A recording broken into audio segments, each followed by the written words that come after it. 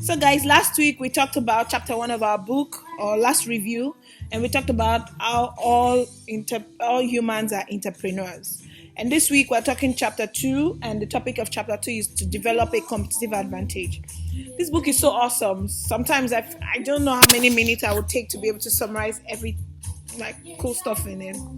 But chapter 2 is basically about, in developing a competitive advantage, you need to deal with three different things: your aspirations, your assets, and the market realities. And this book explained that your aspirations are the things that you desire to do, the things that make you, like the things that define you, the things that excite you. Your assets could be soft or hard assets. So soft assets are things that you cannot really trade for money, but the things that you have.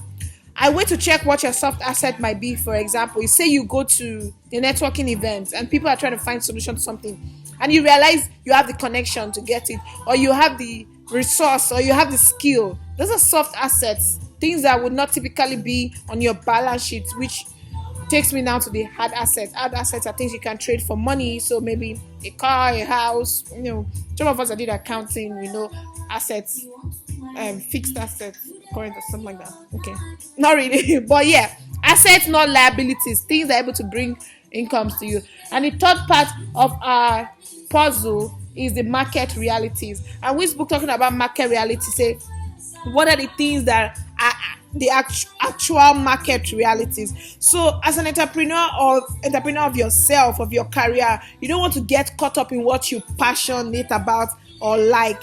It's foolishness to think because you are passionate about something that nobody has a value for and nobody's willing to pay you for, and then you want to do that full time.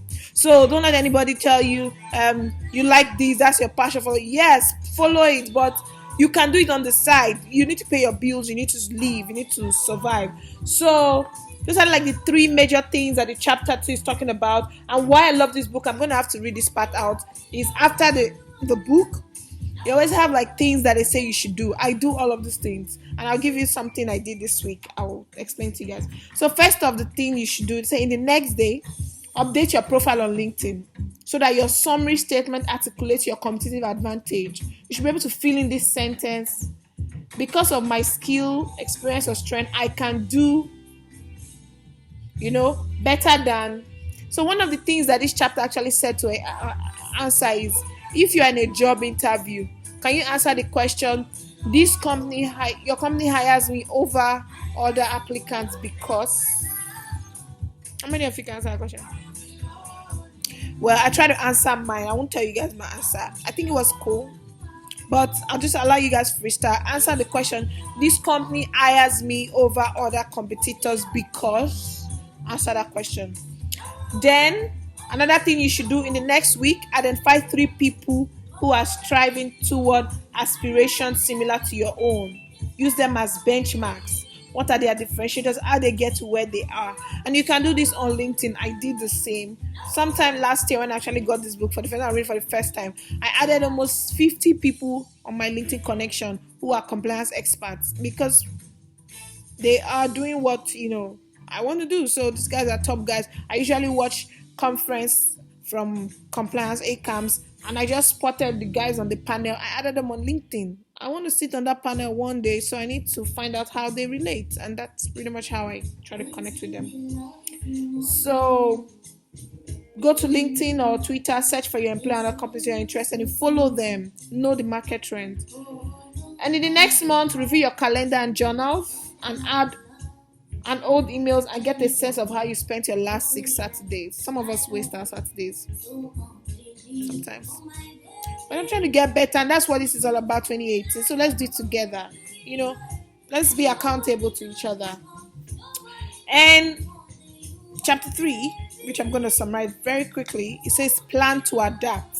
And the part I like the most, it says winning careers, like winning startups, are in permanent beta. Always a work in progress. Some of us, we have gotten to the best we can become. Trust me, when I was in school, I used to think, I can't wait for school to be over, I can't write an exam.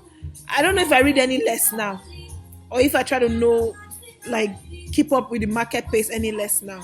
when you're in the office and people pretty much see you as subject matter expert, people ask you for questions on the policies or how to go about something, my dear, you find yourself, you keep reading and reading.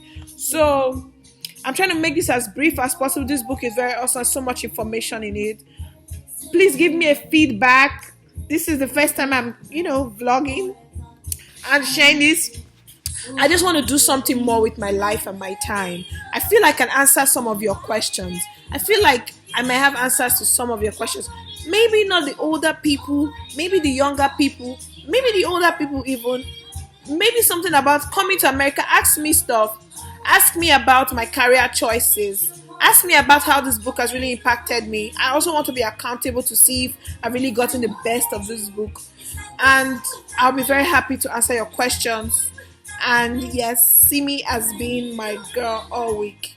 Actually, I preferred the previous song.